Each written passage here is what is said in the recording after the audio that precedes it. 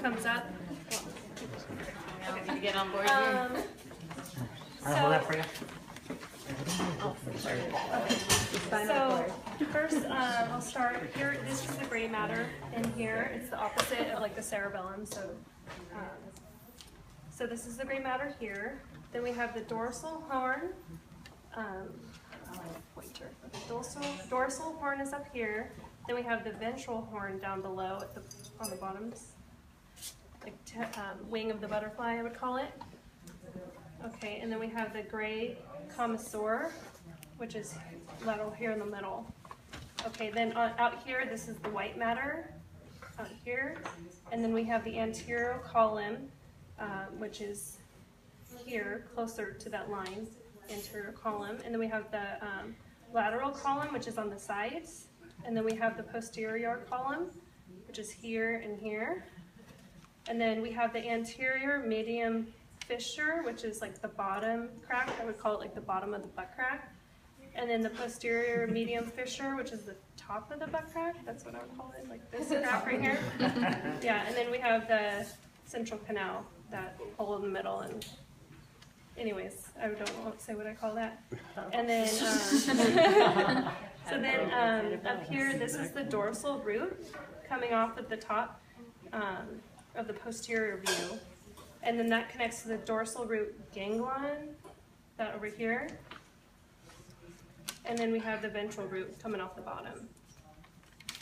And this function, it deals with reflexes and impulses to and from the brain. Okay, that's it. Thank you. Okay. So then I have the motor neuron. So this boy here, this is a multipolar. It conducts impulses for the brain and spinal cord to effectors. So we have the nucleus, the nucleolus.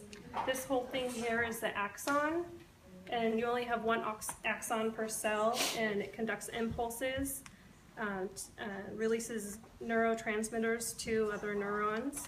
Then we have the dendrites, these fingers off the side, which it communicates with other neurons.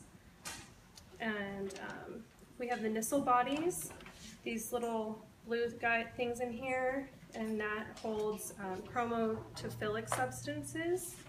And if you look at this, it's also these on the outside.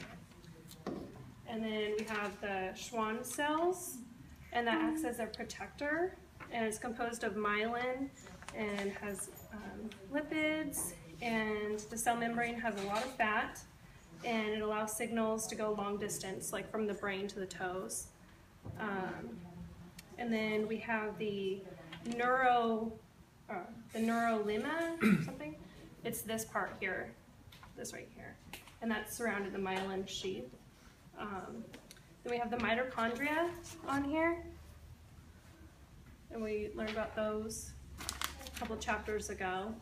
And then, okay, so then we have two things that aren't on this, but it's on our checkoff. So we have the terminal. Off the end, it would come out like this, and at the end, like my fingernails would be like a little knob thing.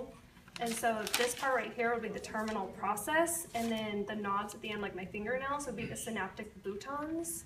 They're like little balls.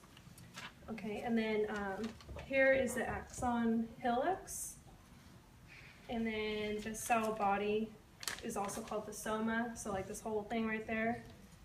And then the node of Ranvier. Okay. And that's it.